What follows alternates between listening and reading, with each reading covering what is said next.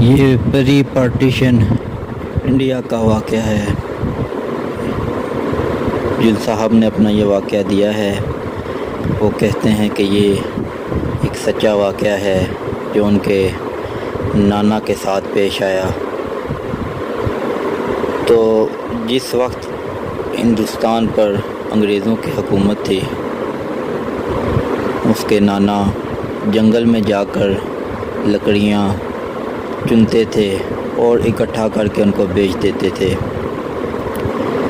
ایک دن ان کو ایک ایسا آدمی ملا جو خزانے کی تلاش کرتا تھا، اور اس نے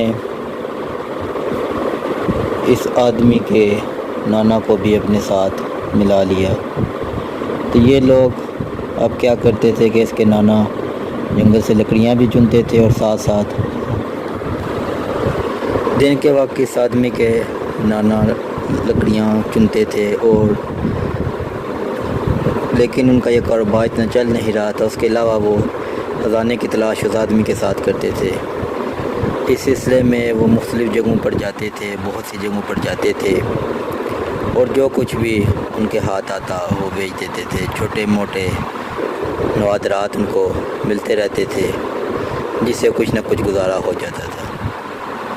پھر ان کو نانا کو محسوس ہونا شروع ہوا کہ جب وہ رات کے وقت جنگل سے واپس آتے ہیں تو جب بھی ان کو دریا کے پاس سے گزرنا پڑتا ہے تو کوئی ان کا پیچھا کرتا ہے۔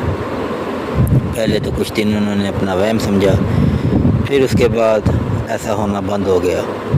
لیکن یہ بند نہیں ہوا تھا، بلکہ اب ان کو اپنے گھر کے اندر ایک سایہ نظر آنے لگا۔ یہ دیکھ کر انہوں نے جو بھی اپنے دینی بزرگ تھے ان سے رابطہ کیا۔ وہ بزرگ جب آئے تو انہوں نے بتایا کہ جن جن جگہوں پر یہ خزانے کی تلاش میں جاتے رہے ہیں، ان میں سے کسی ایک جگہ پر سے کوئی چیز ہے جو ان کے ساتھ یہاں آ گئی ہے۔ اب اس بن بلائے مہمان کو واپس کیسے بھیجا جائے؟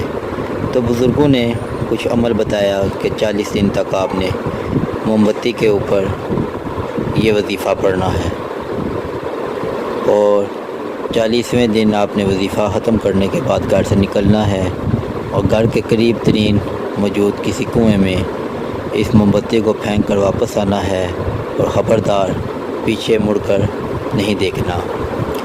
تو جو یہ خزانے کی تلاش والے آدمی تھے، انہوں نے 40 دنوں تک عمل کیا۔ تو جس دن وہ باہر نکلے تو نہایت تیز آندھی اور طوفان آیا ہوا تھا۔ ان کو یقین نہیں تھا اپنی آنکھوں پر، لیکن موم بتی کو کچھ بھی فرق نہیں پڑ رہا تھا، وہ اسی طرح مسلسل جل رہی تھی۔ چلتے چلتے وہ اس کنویں پہ پہنچے اور وہیں وظیفہ ایک مرتبہ پڑا جیسا کہ بزرگوں نے ہدایت کی تھی۔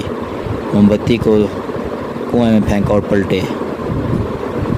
اب پھینکی تو موم بتی تھی، لیکن آواز ایسے آئی جیسے کوئی بہت بھاری چیز کنویں میں گری ہو۔ ان کے دل میں لالچ تو بہت آئی کہ میں پیچھے مڑ کے دیکھوں کہ اب تک کوئی مزید خزانہ ہو، لیکن جو تکلیف وہ برداشت کر رہے تھے اس سے چھٹکارا بھی پانا چاہتے تھے، لہذا وہ پلٹے بغیر گھر واپس آ گئے۔ پھر بزرگوں نے ان کو 2-4 اعمال مزید بتائے، اور یوں ان کی اس مصیبت سے جان چھوٹی۔